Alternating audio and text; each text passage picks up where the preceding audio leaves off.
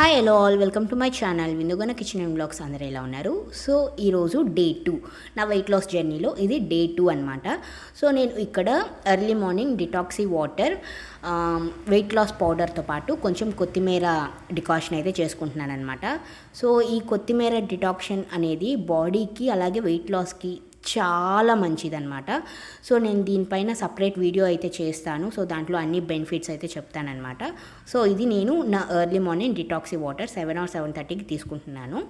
And then నా breakfast, ఇక్కడ నేను బ్రేక్ఫాస్ట్ వచ్చేసరికి ఈరోజు దోశ విత్ ఆలూ కుర్మా తీసుకున్నాను.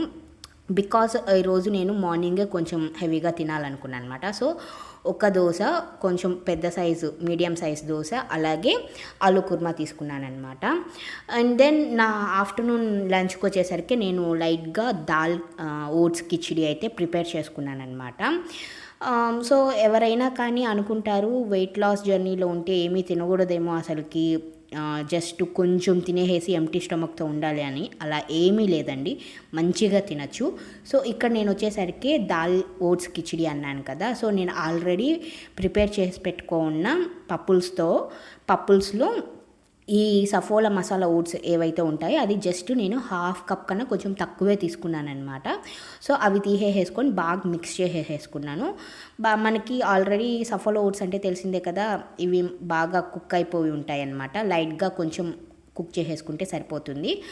సో సీరియస్లీ ఇదైతే చాలా అంటే చాలా బాగుంటుందన్నమాట. అలాగే హెల్దీ ఆప్షన్ కూడాను. అంటే మనకి దాల్ అనేది ఇంటేక్ అవుతుంది, అలాగే మనం రైస్ తీసుకోకుండా ఓట్స్ తీసుకుంటున్నాం కాబట్టి వెయిట్ లాస్ కూడా అవుతుందన్నమాట. సో కొంచెం కొత్తిమీర గార్నిష్ చేసేసుకుంటాను. ఇదైతే చాలా మంచి హెల్దీ ఆప్షన్ అనే నేను చెప్తానన్నమాట. అండ్ ఇలాగే మనము ఇదే సేమ్ పప్పుల్స్లో అంటే దాల్తో మనము ఇవి గోధుమ నూకను కూడా మనము తీసుకొని ఇలా ప్రిపేర్ చేసుకోవచ్చు అనమాట. సో నా లంచ్ అయితే ఇంతే, జస్ట్ ఒక చిన్న కప్కి నేను ఓట్స్ అయితే తీసుకున్నాను అనమాట. సో నా లంచ్ అయితే కంప్లీట్ అయిపోతుంది. నేను ఇక్కడ మెయిన్గా ఇంటర్మీడియట్ ఫాస్టింగ్ అయితే చేస్తున్నాను. సో నా విండో వచ్చేసరికి 8:16, 8 hours తింటాను అండ్ 16 hours ఫాస్టింగ్ ఉంటానన్నమాట. సో నా టైమింగ్ వచ్చేసరికి మార్నింగ్ 10 to ఈవినింగ్ 5 or 5:30 లోపలికి నేను క్లోజ్ చేసేస్తానమాట. సో మెయిన్గా నేను మార్నింగ్ అండ్ ఆఫ్టర్నూన్ అంటే బ్రేక్ఫాస్ట్ అండ్ లంచే మెయిన్గా కాన్సన్ట్రేషన్ చేస్తానన్నమాట.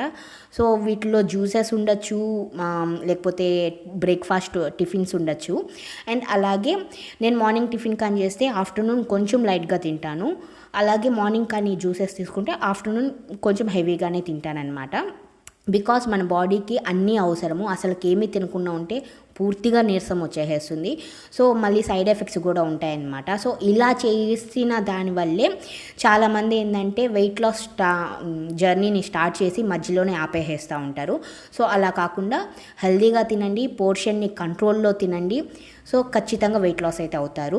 అండ్ అందరూ ఏమనుకుంటారు అంటే ఎక్సర్సైజ్ వల్లే చాలా తగ్గుతామని అనుకుంటారు. బట్ అదైతే టోటల్లీ మిత్ అండి. అసలుకి మన డైట్ వల్లే 75% తగ్గుతాం. అండ్ దెన్ 25% జస్ట్ బాడీని టోన్ చేసుకునేదానికే ఎక్సర్సైజెస్ అనమాట. సో ఇక్కడ నేనైతే ఈవినింగ్ నా డైలీ రొటీన్ ఎక్సర్సైజెస్ అయితే నేను కంప్లీట్ చేసేసుకుంటున్నాను అనమాట. అండ్ దెన్ ఈవినింగ్ వచ్చేసరికి జస్ట్ హాట్ వాటర్, అండ్ ఈరోజు హాట్ వాటర్ విత్ లెమన్ అయితే తీసుకున్నాను అనమాట. అంతే, ఇంకే ఫ్రూట్ అయితే నేనేం తీసుకోలేదు. సో నా సెకండ్ డే అయితే కంప్లీట్ అయిపోయింది నా వెయిట్ లాస్ జర్నీలో.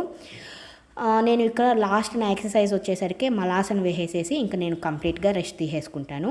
Hope you like this video. Like, share with your friends and family and subscribe to my channel. Thanks for watching. Bye.